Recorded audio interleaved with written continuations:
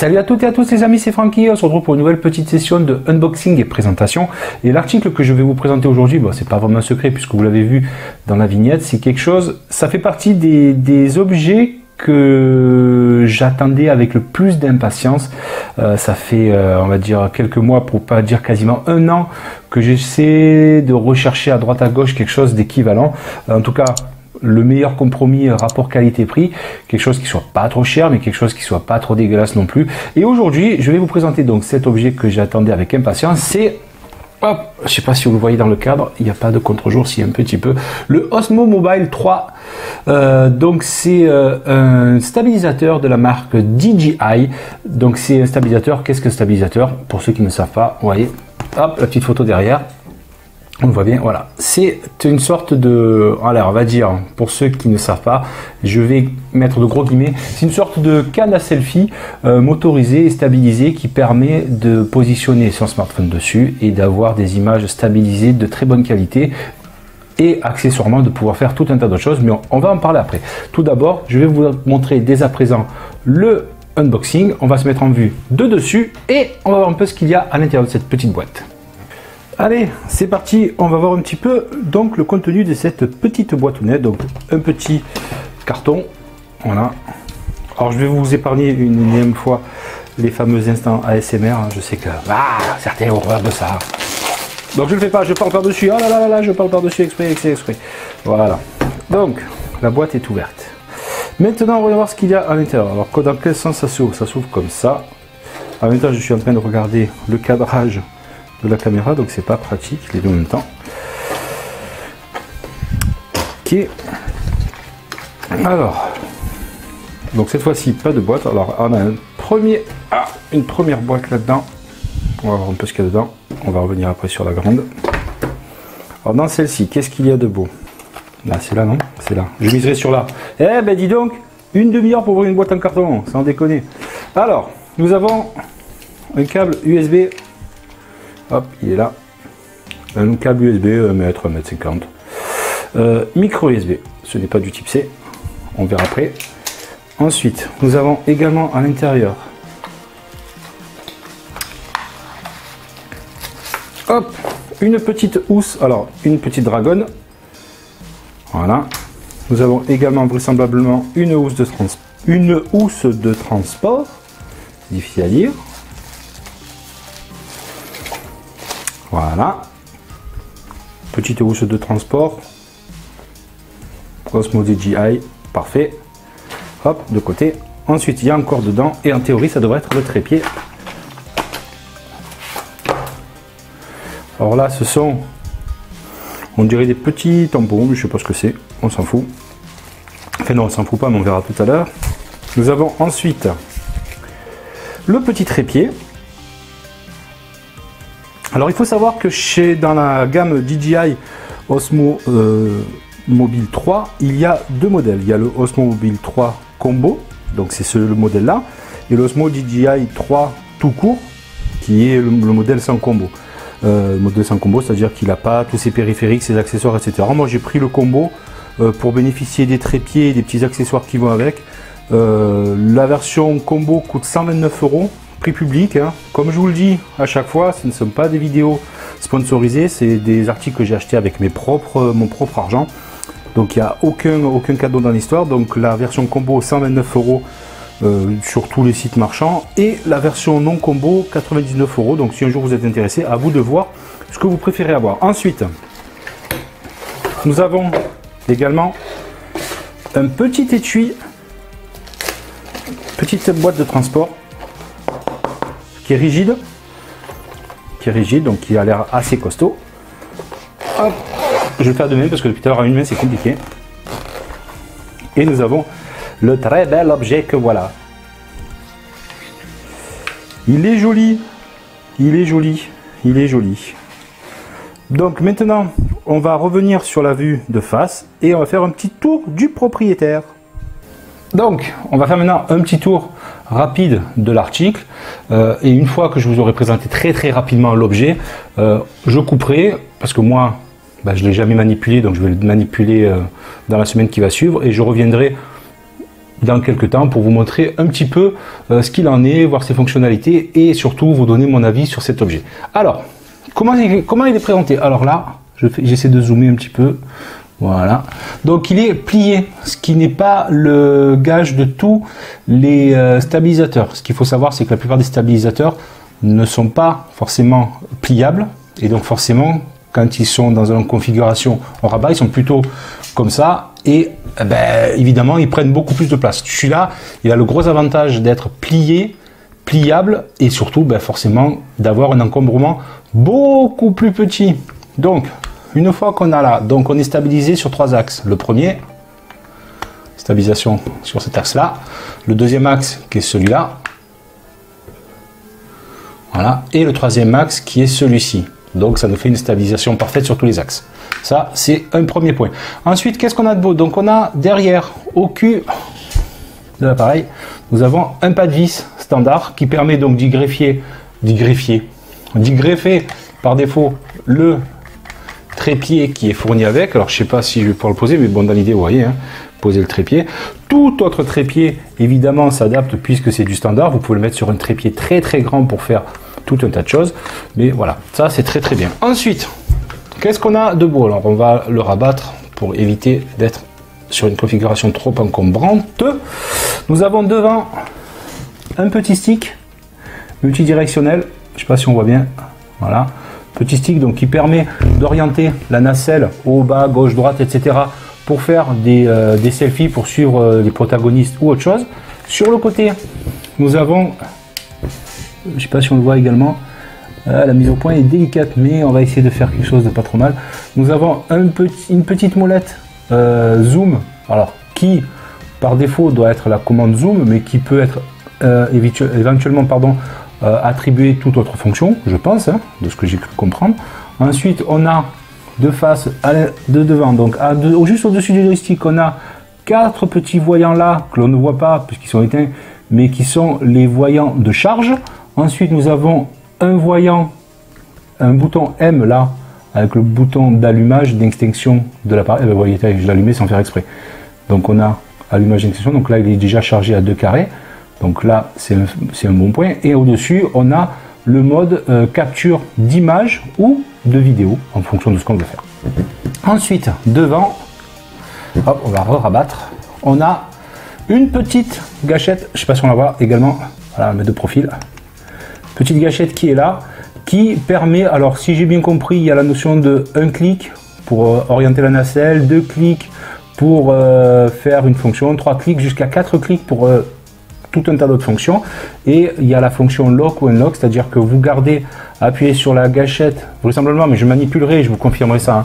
Vous gardez appuyé sur la gâchette et vous gardez la caméra qui se stabilise et qui suit un personnage, ou alors comme si vous lâchez, ça suit normalement. Mais bon, voilà, mes explications ne sont pas très claires, mais lorsqu'on fera la démonstration, ce sera beaucoup plus évident à comprendre. Ensuite, nous avons sur le côté également le fameux port, hop là, micro USB qui permet donc de recharger le stabilisateur. Et chose qui est quand même assez sympa pour un stabilisateur à ce prix là, c'est que vous avez également là, alors attendez, je vais essayer de l'enlever, je vais me casser les autres, j'ai pas d'ongle, j'arrive pas, voilà, une sortie USB qui permet de connecter le stabilisateur à votre smartphone et qui permet également d'augmenter, enfin de charger votre smartphone par le biais du stabilisateur, ce qui peut servir de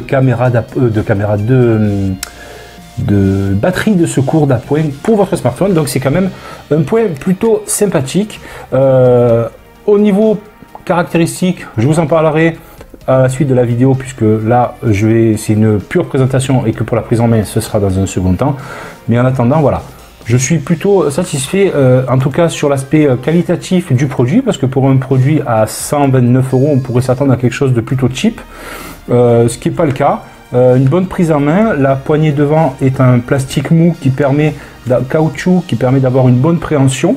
Le reste est en plastique dur, mais avec aucune arête saillante, donc a priori pas de risque d'avoir de petites ampoules ou quoi que ce soit, parce que c'est un objet qu'on peut avoir tendance à manipuler assez longtemps et c'est bien d'avoir une prise en main agréable. En termes de poids, Il n'est pas très lourd, je miserai sur même pas 300 grammes, donc c'est quand même assez agréable. Surtout que si jamais vous vous retrouvez à devoir faire des vidéos avec le bras en porte-à-faux, avec un certain poids, ça peut être très désagréable sur le long terme. Et en l'occurrence là, il est plutôt léger, donc je dirais que c'est plutôt un bon point également. Voilà. Donc les amis, moi je vais couper la vidéo maintenant. On a fait quasiment 10 minutes, ce qui est assez long juste pour un unboxing. On se retrouve dans quelques jours. Pour vous, ce sera complètement transparent, mais pour moi, ça va durer au minimum une semaine, voire je vais peut-être même le prendre en main un petit mois pour essayer de me faire un bon avis sur cet article. Et je vous fais mon retour dans quelques secondes pour vous. À de suite. Et voilà les amis, on est de retour. Donc ça fait maintenant quasiment un petit mois que je me sers donc de ce petit stabilisateur, le DJI Mobile Osmo 3.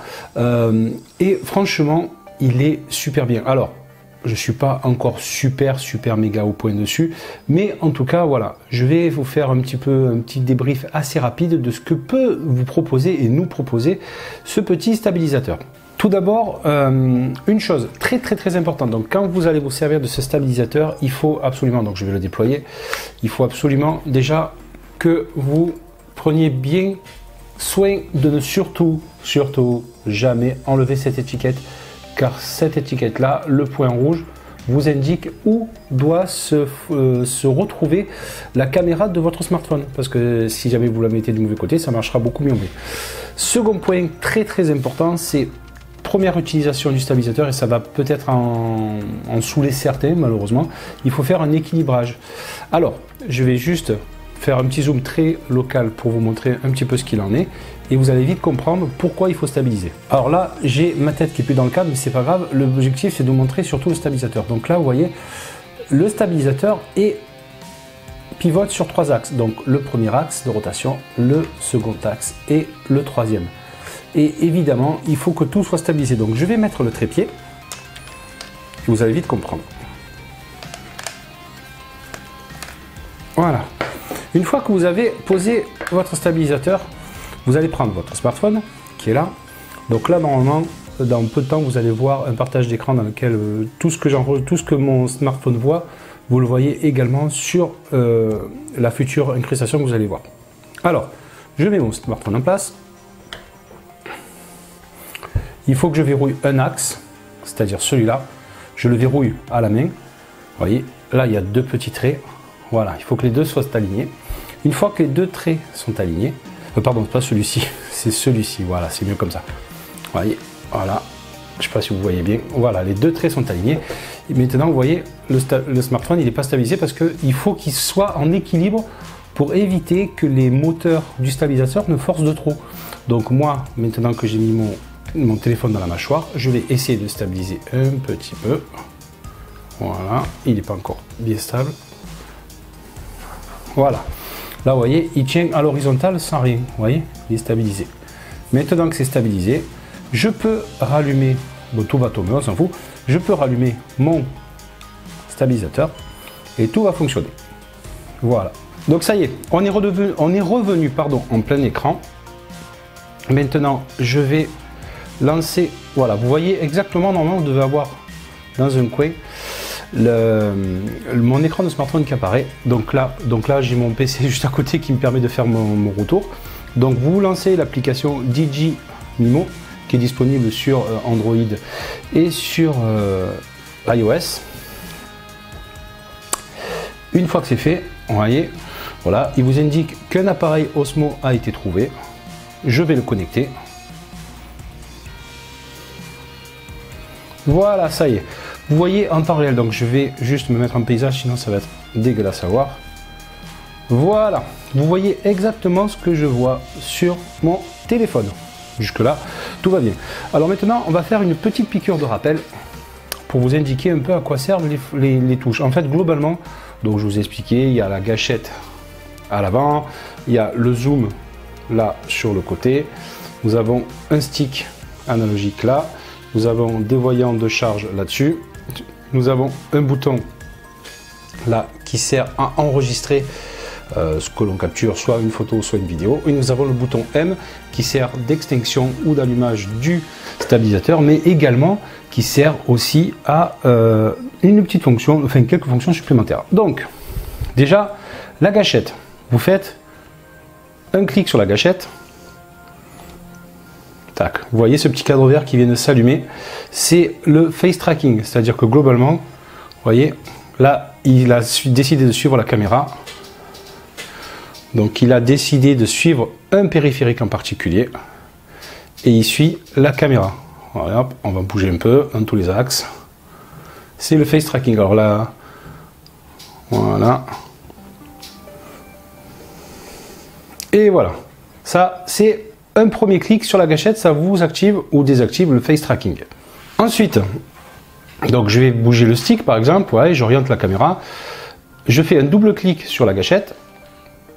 Hop, la caméra revient automatiquement dans l'axe principal. Donc ça, c'est une des fonctions de la gâchette. Et je le notais parce que chaque fois j'oublie. Si je fais 3 clics sur la gâchette, 1, 2, 3. Voilà, coucou. La caméra passe automatiquement en caméra selfie. Et là, je vais faire hop, du face tracking aussi. Vous voyez. Hop, je bouge ma tête. Je vais même poser la caméra hop, sur le trépied. Vous voyez, je bouge, il me suit, oh il me suit l'animal, voilà, vous voyez, donc le face tracking est très bien si vous voulez faire du face cam ou si vous voulez faire tout simplement des vidéos seul. Alors quand j'ai du face cam, c'est vous voulez faire une caméra pardon, qui soit posée sur un support sans que vous ayez quelqu'un qui vous filme derrière et pour que vous soyez toujours dans le cadre, ça c'est très bien. Voilà, ça c'est, alors je vais revenir. Tac. Ah, il va pas. Voilà, je me suis trompé de bouton. Voilà. Et je refais le triple clic. 3. Voilà. Pour revenir sur la caméra principale. Donc ça, c'est le premier point. Deuxième point, vous avez également le bouton M que je vous ai montré tout à l'heure qui est là. Qui sert, comme je vous l'ai montré tout à l'heure. Premier, vous faites. Tac. Vous basculez en mode portrait ou en mode paysage. Je vais vite revenir en mode paysage parce que ça devient vite très difficilement lisible sur le smartphone, enfin sur l'écran du smartphone. Et ensuite, si vous faites juste un clic, vous basculez, vous voyez, sur le côté, il y a le mode photo ou encore un clic, voilà, vous rebasculez en mode vidéo. Donc soit c'est vous faites de la photo, soit vous faites de la vidéo, tout simplement. Voilà, ça c'est les premiers points. Maintenant, je vais vous montrer un petit peu ce qu'il y a dans le menu. Donc pour accéder au menu, c'est très simple. Vous avez des touches sur le côté, donc c'est toujours visible. Hop. Là, vous avez la possibilité de changer la résolution, donc soit en 4K, soit en 1080p, soit en 720p. Donc moi, par défaut, je suis en 4K, ce qui fait que ça consomme comme c'est pas permis. Ensuite, hop, on revient. En haut, ça vous donne les informations concernant tout ce qui est l'autonomie de votre smartphone. Donc le premier onglet, c'est l'autonomie de votre stabilisateur. Le premier onglet en haut à gauche. Ensuite, le second onglet, c'est l'autonomie de votre smartphone. Et faites attention, par contre, ça c'est un gros défaut des stabilisateurs quand vous utilisez l'application native. Et d'ailleurs, je vous conseille de ne faire que ça, c'est-à-dire de vous servir exclusivement de l'application native. Ça consomme énormément d'énergie sur votre smartphone. Il va avoir beaucoup de chute de batterie. Voilà, donc faites attention, c'est très énergivore. Ensuite, vous rentrez dans les menus. Donc vous avez les menus pour la vidéo. Vous avez donc le flash qui est soit vous l'activez en permanence, hop là. Alors attendez, hop, voilà, en même temps on voit les deux. Soit vous l'activez en permanence, soit vous ne l'activez jamais, ou alors vous l'activez à la demande. Ensuite la balance des blancs, moi je les mets systématiquement sur auto pour éviter d'être embêté. Ensuite la grille, vous pouvez faire apparaître une grille comme ceci, ou alors une grille avec des diagonales pour centrer également l'image. Voilà, moi par défaut je suis en off. Ensuite l'active track en un touché, donc ça veut dire l'active track, c'est par défaut vous appuyez sur la gâchette, c'est configuré comme ça et ça vous donne la possibilité de faire un active track, ou alors vous avez la possibilité, là je vais par exemple vous faire un zoom sur là-dessus, vous voyez je suis pas là, par contre je vais faire moi avec mon écran, voilà, vous voyez j'ai défini une zone. Par exemple, hop, je reviens. Par défaut, si vous faites l'active tracking, c'est la case que vous allez voir qui va automatiquement s'activer comme active tracking. Si jamais vous voulez faire un active tracking sur autre chose, si par exemple, voilà, hop, là je mets un petit truc qui apparaît. Donc, Voilà. Vous voyez, la case est dans un coin. Maintenant, je vais faire ça. Et hop, l'Active Tracking, il se positionne automatiquement sur autre chose que la case qui est définie par défaut. Voilà, donc vous avez la possibilité de faire l'Active Tracking soit par le biais de la gâchette, soit par le biais de l'écran tactile de votre smartphone. Hop, on enlève l'Active Tracking. Voilà, et on revient. N'importe quoi. Double clic, c'est mieux. Très bien. Ensuite, on retourne dans le menu. On est toujours dans le menu. Donc, contrôle gestuel, moi, je m'en sers jamais, donc je ne le touche pas. Vous avez maintenant tout ce qui concerne la nacelle. La nacelle, c'est le stabilisateur, en fait. Donc, vous avez le mode suivre panneau. Donc, par défaut, c'est quand on suit la gâchette, vous avez la possibilité de suivre, etc. Donc, ça, rien d'exceptionnel. Ensuite, le mode sport. Hop, on va désactiver le truc. Le mode sport, hop, qui est là. Donc ça, c'est quand vous faites des vidéos avec, par exemple, vos enfants qui sont sur faire du vélo, du foot ou quoi que ce soit, que la réactivité de la nacelle nécessite d'être plus importante. Attention, voilà, ça va forcément consommer un peu plus, donc ça va passer en mode sport et donc avoir une réactivité un peu plus importante, donc plus vive dans les déplacements, etc. La vitesse du zoom, donc soit vous mettez en rapide, soit vous mettez en lent, ça donne un peu plus de dynamisme quand on zoome, vous voyez, enfin de dynamisme si je puis dire. Voilà, là le zoom est très rapide. Sinon, je reviens et je me mets en vitesse lente. Voilà, la vitesse du zoom est nettement moins rapide. Hop, moi je suis en rapide par défaut. La vitesse des sticks, donc c'est le déplacement des sticks. Donc moi par défaut je suis en rapide, mais si vous mettez en lent, vous voyez la vitesse de déplacement de la nacelle, c'est assez lent. Moi je suis toujours en rapide. Ça peut être un peu brusque des fois par moment, ça dépend. Direction des sticks, contrôle des sticks, donc ou horizontal, vertical ou libre, c'est-à-dire que vous faites un peu ce que vous voulez. À la limite, moi je laisse toujours horizontal, vertical, ça ne change absolument rien. L'inversion des axes des sticks, c'est je tourne à gauche, la nacelle tourne à gauche, je tourne à droite, à l'heure actuelle, la nacelle tourne à droite. Mais si jamais j'ai envie d'intervertir, je peux dire sur le stick, je vais envoyer mon stick à droite et la nacelle va tourner à gauche. Voilà. C'est pas très cohérent ni ça n'a pas grand intérêt pour moi. Donc moi je laisse toujours sur les sticks par défaut. Ensuite, l'étalonnage de la nacelle, pour moi je n'ai jamais rien touché, donc je préfère ne pas y toucher. Ça réétalonne la nacelle, c'est-à-dire que si jamais par exemple la nacelle, si jamais vous avez hop, cette position là, qui quand vous faites l'initialisation de la nacelle pour vous mettre en face, par exemple, au lieu d'être comme ça, elle est comme ça quand vous faites le double clic. Ça veut dire qu'il y a un défaut d'étalonnage, donc vous refaites un étalonnage de la nacelle. En l'occurrence, si j'en ai pas besoin, puisqu'elle est plutôt bien étalonnée. Et ensuite, pour terminer, vous avez dans le menu donc l'ajustement horizontal de la nacelle.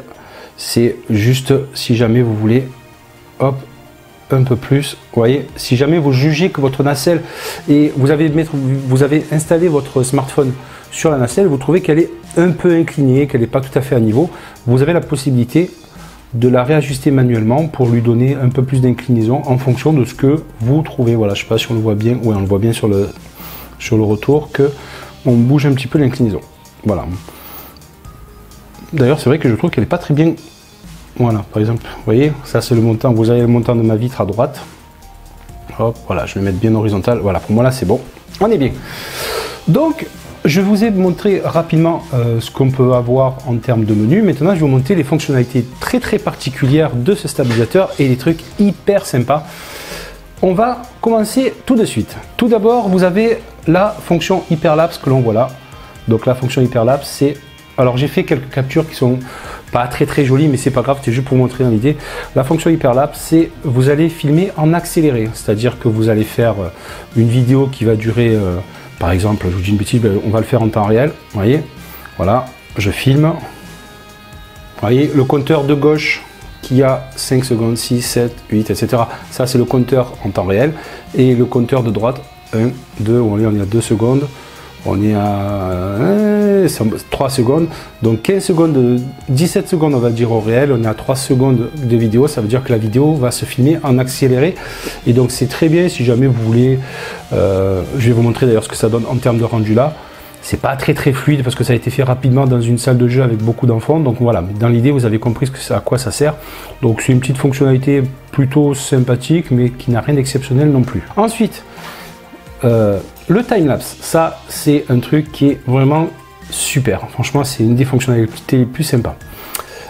Donc là, le timelapse, qu'est-ce que c'est? C'est ni plus ni moins que vous allez définir un chemin, un cheminement que vous allez faire à votre smartphone et vous allez à la nacelle, pardon, et vous allez lui dire voilà, tu vas faire ce cheminement en une demi-heure, 3 heures, 4 heures si vous voulez, peu importe, mais vous allez lui demander de faire ce cheminement, ce trajet, et ça va vous faire une vidéo en accéléré, mais ça c'est super bien pour tout ce qui est décor, paysage. Je vous en montrer également une que j'ai faite à l'occasion d'une petite vidéo rapide. Tout d'abord, comment ça fonctionne? Donc là vous voyez, hop, un petit, ah, j'ai mon doigt qui gêne, voilà. Alors vous avez la possibilité de régler l'intervalle déjà. Donc l'intervalle c'est le nombre de toutes les combien une petite capture d'écran sera prise. Voilà, c'est très long, enfin très long. Moi je mets par défaut 5 dixièmes de seconde. Donc là, et ensuite vous définissez la durée, la durée de votre timelapse. Voilà, vous voulez faire un timelapse de par exemple 5 minutes. Donc ça veut dire pendant 5 minutes ça va tourner, mais vous allez avoir une vidéo qui va peut-être durer une dizaine de secondes, 10-15 secondes grand maximum. Et après vous définissez la trajectoire que vous allez demander à votre smartphone. Donc là par exemple, en l'occurrence, par exemple, je vais, hop, bonjour Léana. Voilà, vous avez, hop, premier chemin, le deuxième chemin que va parcourir le smartphone, hop, un autre chemin, tac, là, et ce qu'on va faire, c'est qu'on va demander que le timelapse soit hyper rapide, parce que sinon ça va être assez long, et vous allez comprendre ce que ça fait, hop, donc là il s'initialise, il va se mettre en position d'origine, et vous voyez, là, il commence à filmer, et là, il va définir le trajet, il va passer par les 4 points que je lui ai demandé, que je lui ai imposé, et il va générer la vidéo. Donc on va pas la faire parce que sinon ça va être un petit peu long. Je vais vous montrer également une vidéo que j'ai faite avec le timelapse. C'est plutôt sympa, franchement ça rend bien, c'est assez intuitif, assez fluide, et franchement ça donne envie d'en faire plein. Bon, en l'occurrence là c'était pas super intéressant parce qu'il y avait beaucoup d'enfants, etc. Mais si jamais vous pouvez mettre ça, vous habitez dans une maison ou dans un appartement, vous mettez ça sur votre balcon et vous filmez votre rue, vous pouvez avoir des trucs super sympas. Franchement c'est assez joli à voir. Ensuite, le mode vidéo, bon, il n'y a rien d'exceptionnel, hein, le mode vidéo, donc vous faites des vidéos. Mode photo, vous faites des photos. Le mode panorama, c'est un mode qui est absolument bluffant. Genre, on va faire en temps réel maintenant. Donc vous cliquez sur panorama, vous dites voilà, je vais faire un panorama. L'appareil va le faire tout seul. Alors j'espère que je suis bien dans le cadre. Attendez, on va juste baisser un peu la caméra pour qu'on voit bien. Voilà. Et là, j'appuie sur panorama. Il va faire 9 photos.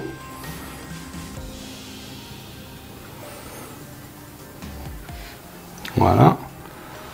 Bon, attention, hein, moi je suis, on est à l'intérieur de chez moi, c'est assez sombre, c'est pas non plus exceptionnel. Et là, il va générer automatiquement un panorama de la vue que j'ai faite. Et franchement, c'est super bien fait, c'est vraiment très bluffant.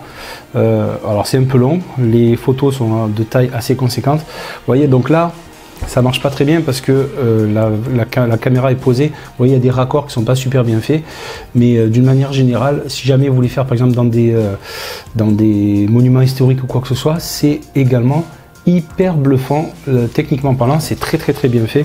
C'est franchement, les raccords sont plutôt bien foutus. Je vais vous en mettre une que j'ai faite justement dans le lieu dont on a parlé tout à l'heure.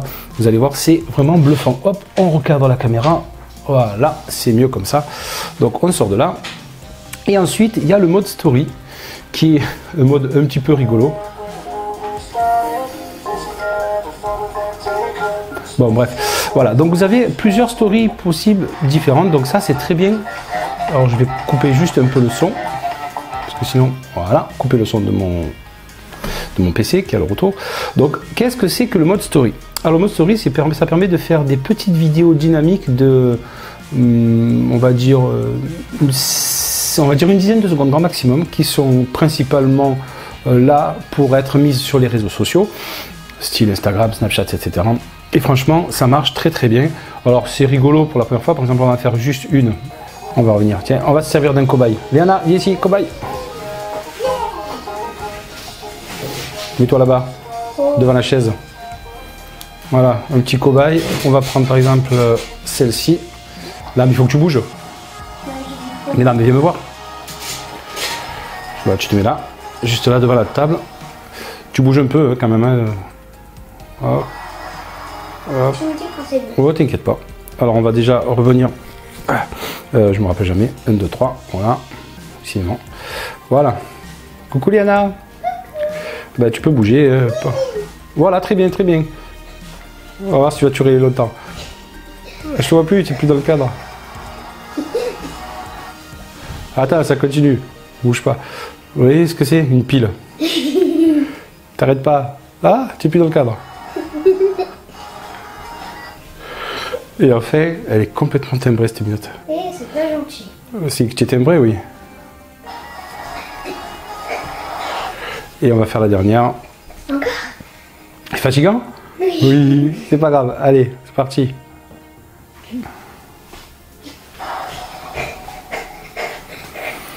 Et voilà. Allez, viens voir le rendu.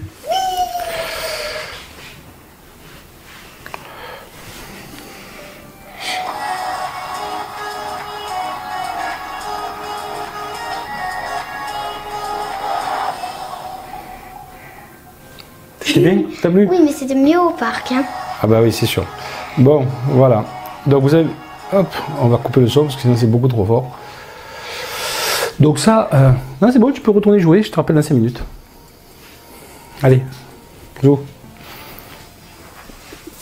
Donc vous avez compris un petit peu le principe. Donc là, le principe des stories, c'est plutôt pour poster sur les réseaux sociaux, Snapchat, Instagram, Twitter ou autre, ou même sur Facebook. Donc c'est plutôt sympa. Maintenant, on va quand même parler du truc le plus important, ce qui concerne la stabilisation, parce que c'est quand même le but. La stabilisation est hyper bien faite. Donc je vais vous mettre deux vidéos côte à côte. Donc j'ai fait une vidéo sans stabilisation et une vidéo avec stabilisation. Je vais vous mettre les deux côte à côte et vous allez voir ce qu'il en est. Donc une première séquence dans une petite ruelle dans laquelle je marche et la même séquence dans la même ruelle, mais cette fois je cours et vous allez vite voir la différence au niveau de la stabilisation. C'est assez bluffant. Je les lance maintenant, vous allez pouvoir voir. Donc première séquence, voilà, là je suis en train de marcher. Donc honnêtement la différence n'est pas flagrante entre la vidéo de gauche. Donc la vidéo de gauche c'est sans stabilisation, la vidéo de droite c'est avec le stabilisateur. Donc quand je dis sans stabilisation, c'est avec le téléphone que je tiens à la main, et avec stabilisation c'est sur le DJI mobile. Donc vous voyez la différence est assez bon, c'est pas très parlant quand on marche. Par contre quand on court, maintenant je vous montre la même séquence côte à côte quand on court, et là c'est quand même beaucoup plus parlant. Vous voyez que la stabilisation est quand même extrêmement efficace dans les mouvements rapides, et à ce niveau là il n'y a rien à dire, c'est quand même du tout bon. Voilà. Donc les amis, ça a été une vidéo un petit peu longue, mais je voulais quand même vous débriefer sur tout ce qu'il y avait comme point positif et négatif sur cet appareil.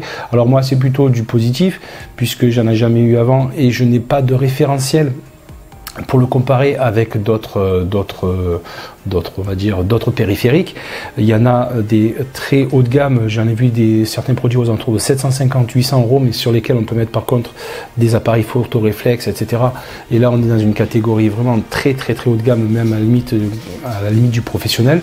Mais en termes de premier prix, c'est-à-dire que ce produit là, tel que vous le voyez, il a donc le trépied, il a la coque et il a deux petits accessoires supplémentaires. Ça c'est le combo, il est à 129 € celui-ci, et quand vous le prenez sans combo, c'est-à-dire sans le trépied, je sais plus s'il y a une coque toute simple ou quoi que ce soit, la version basique est à 99 €, et franchement honnêtement il fait vraiment le taf sans aucun souci, et je trouve que c'est un produit de très bonne qualité. Je vais surtout m'en servir quand je vais faire donc mes facecam, ça va être quelque chose d'assez sympa, et je vais m'en servir très certainement bientôt quand je vais faire des vidéos un petit peu façon vlog en extérieur, et là ça va être également sympa d'avoir ce type de produit aussi. Voilà les amis, donc à titre informatif, vous allez voir dans tous les contenus, dans le contenu de la vidéo, je vais vous envoyer vers un ou deux tests qui ont été faits par des sites spécialisés, et je vais également vous partager un ou deux liens où vous pouvez le trouver au tarif le plus intéressant, c'est-à-dire moi là où je l'ai acheté chez Boulanger, c'était le tarif le plus compétitif. Donc voilà, non c'est pas chez Boulanger que j'ai acheté, je sais plus, bon bref peu importe, je vais pas dire de bêtises, je me rappelle plus parce que j'ai acheté tellement de produits récemment que je sais plus où j'ai acheté quoi. Non, je crois que c'est chez Amazon que j'ai acheté celui-ci à ce prix là. Voilà, oui, parce que chez Boulanger il n'était pas disponible si je dis pas de bêtises. Voilà, bref, bon peu importe, c'est pas le sujet. En tout cas, voilà, ça reste pour moi un produit, un rapport qualité-prix plutôt satisfaisant, avec des qualités d'assemblage et de matériaux, je trouve, qui sont plutôt sympathiques. Reste à savoir maintenant pour tout un chacun si vous en avez l'usage. Ça, c'est la question qui peut se poser. Moi, je sais que je vais en avoir l'usage pour ce que je vous ai annoncé tout à l'heure. Reste à savoir si vous allez en avoir l'usage, si vous l'achetez ou pas. En tout cas, pour ceux qui l'ont, donnez-moi vos avis dans les commentaires. Voilà les amis, merci de m'avoir suivi. On se retrouve très très bientôt pour de nouvelles aventures, de nouvelles sessions sur tout un tas de choses différentes. Je vous souhaite à toutes et à tous une très très bonne semaine. Salut!